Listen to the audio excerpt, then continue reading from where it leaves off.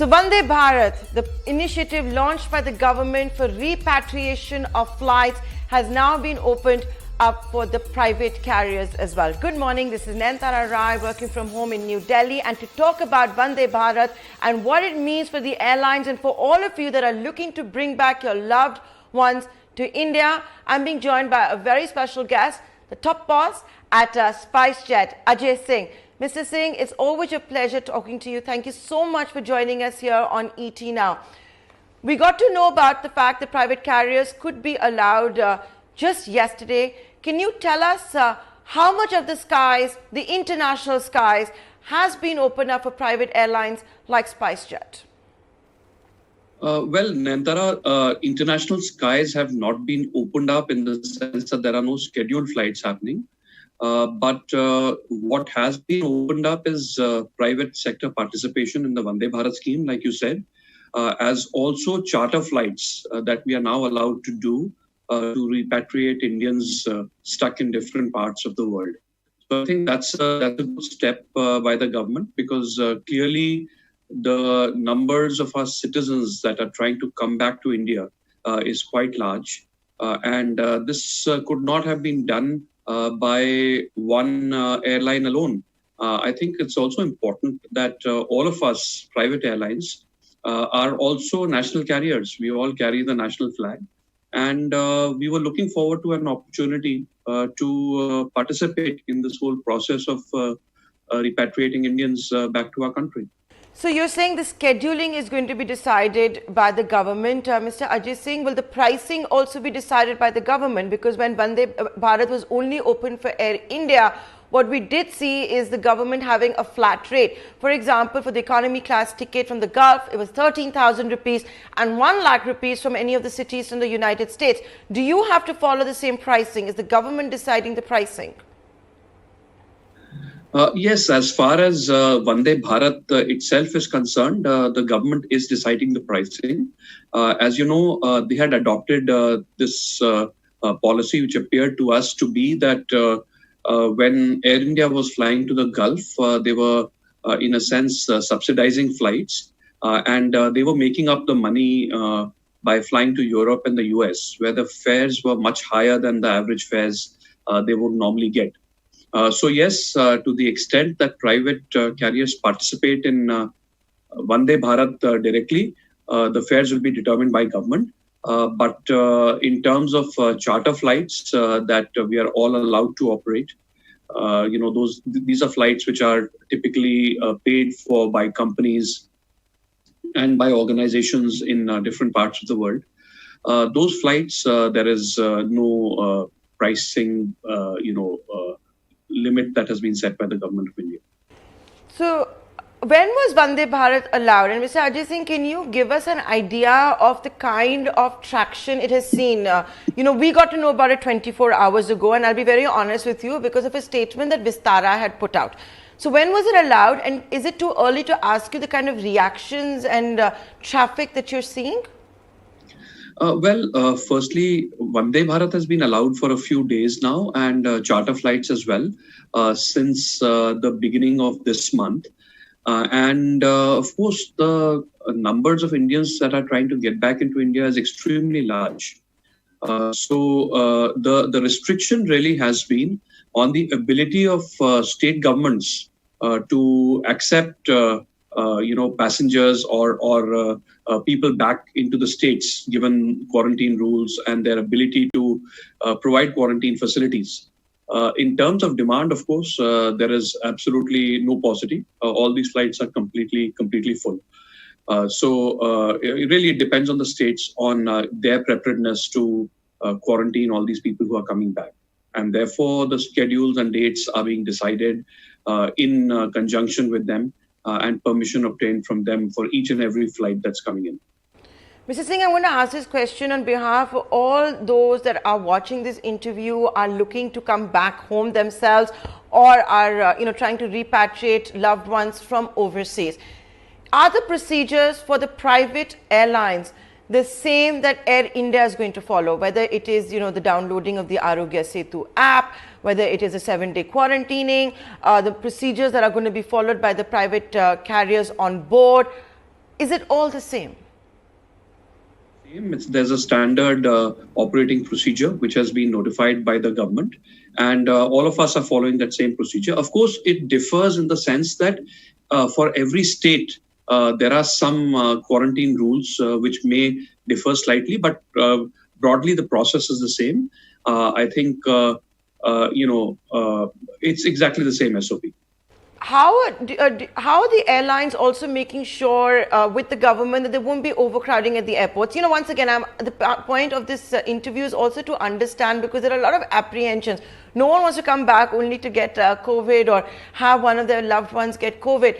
So is that how it's being done? The government is deciding the schedule, and then how are the private carriers among themselves deciding, okay, I'll take this flight or I'll take that flight? How is it working? So, as far as Vande Bharat is concerned, the government puts out a list of flights that they want the private sector to operate. And then, we, between ourselves, we tell the government which flights we are able to operate. And the government then divides those flights between us. In terms of course, charters, that is for each airline to follow their own process. But in terms of safety, as we've said very often, there is no safer way in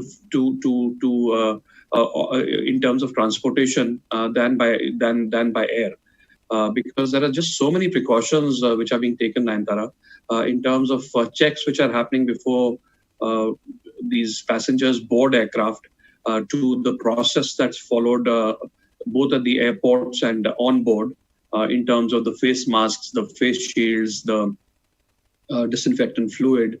And when they land here, again, the stringent checks which are being done, and the quarantine facilities which are being provided by the states. So I think this is as safe. Of course, nothing safer than just sitting at home. But if you need to travel, the safest way to do it is probably the stringent process that has been set up for air travel. I think nothing safer than that. When we had done a webinar with the Honorable Civil Aviation Minister, and what he had said at that time was the private airlines also need to see if they want to be a part of Vande Bharat, because we are going to be very clear on the pricing, on the very fact that we cannot cause more distress to Indians stranded overseas. From what you are saying, the private carriers want to be a part of this mission, even if it means not making as much money as they're used to? Oh, absolutely. No question about it. We want to participate in this because this is a national effort to bring Indians back. There are, of course, commercial implications, and in terms of charters and such things, there's free pricing. But as far as Vande Bharat itself is concerned, of course, we will follow whatever the government decides.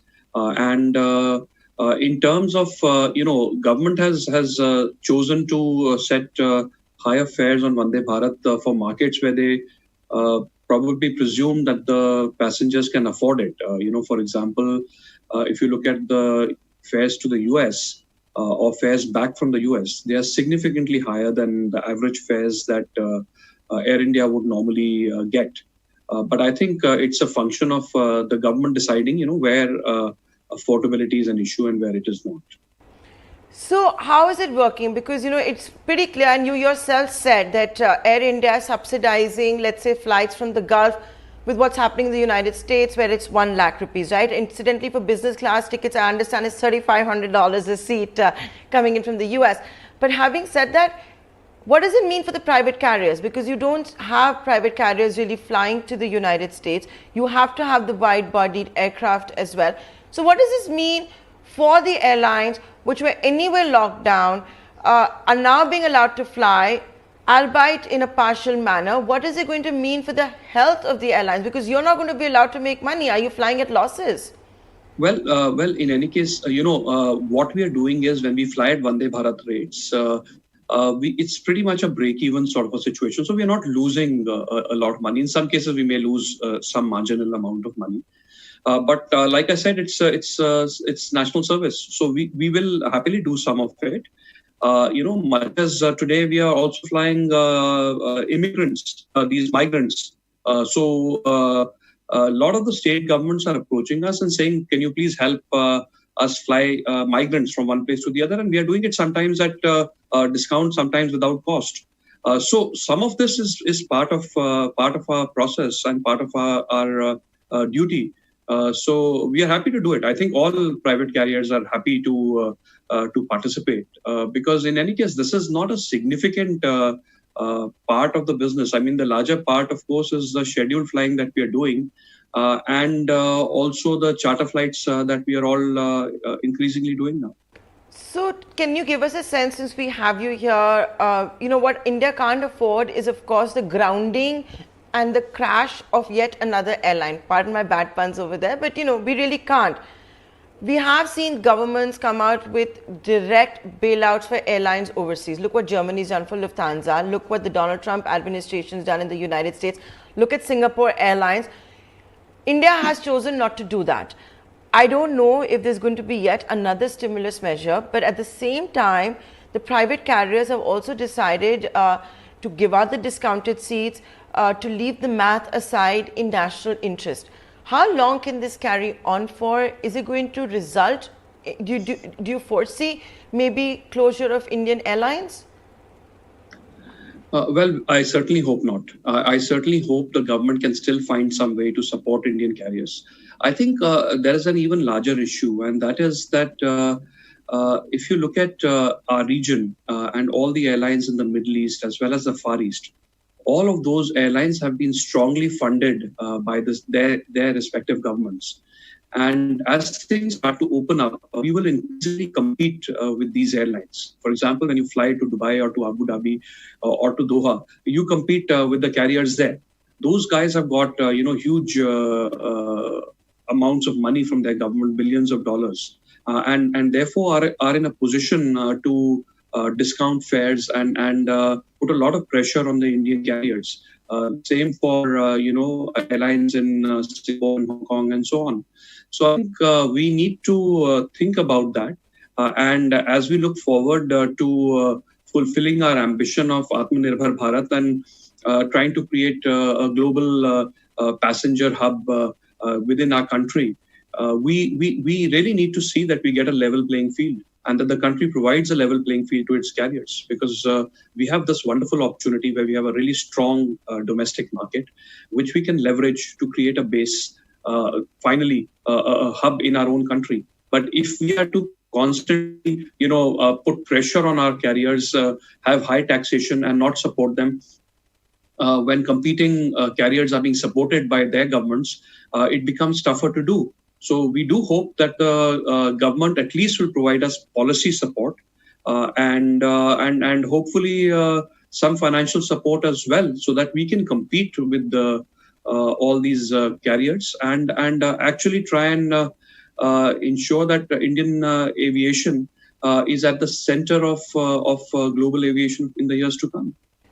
So let's actually hope for that. But Mr. Ajay Singh, just a quick word as far as the domestic flights go. We have seen the images, the airports are certainly busy. The government is trying to make sure that there is no overcrowding of airports. All of you have also done a great job in ensuring that the aircraft are indeed COVID-free. But one of the biggest problems you have also been facing is that your staff, your pilots, your crew needs to be quarantined.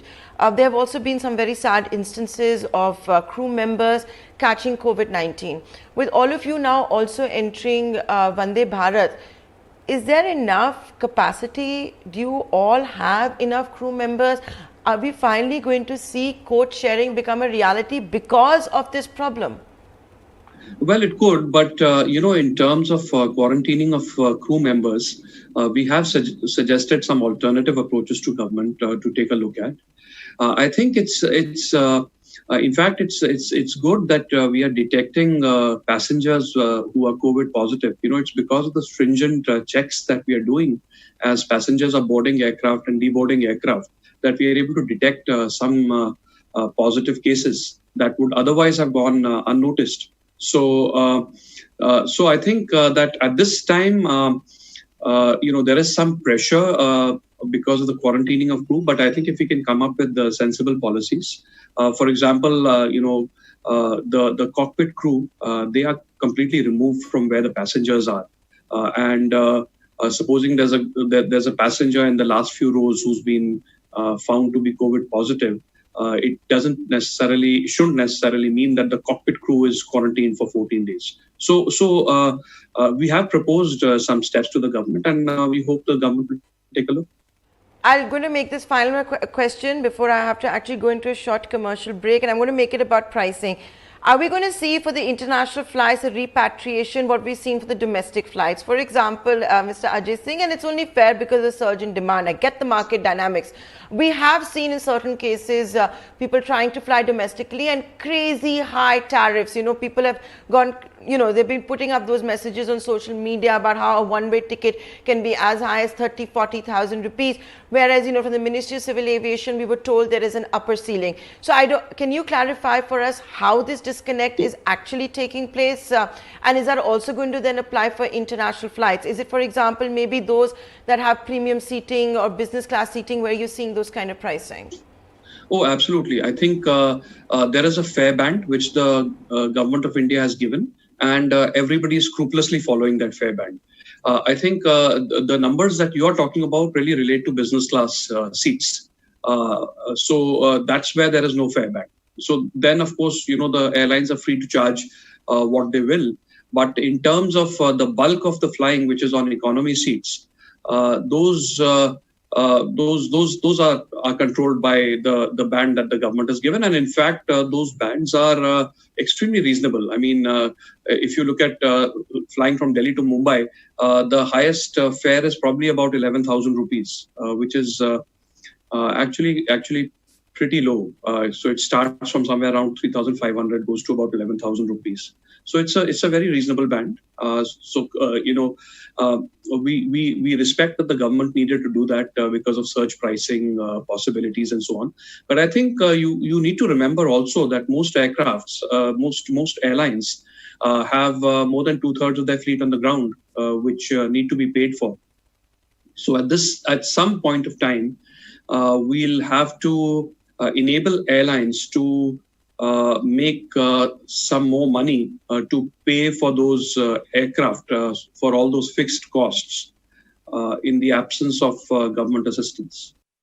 And so the price surge, the high tariffs in domestic aircraft is only for the business class tickets, the premium class tickets, and all of that. Ajay Singh, you also have strict regulations when it comes to, for example, no food on board. For your international flights, how are the private carriers going to grapple with that? How can people not be without food for so many hours? Are there going to be changes in the luggage, for example?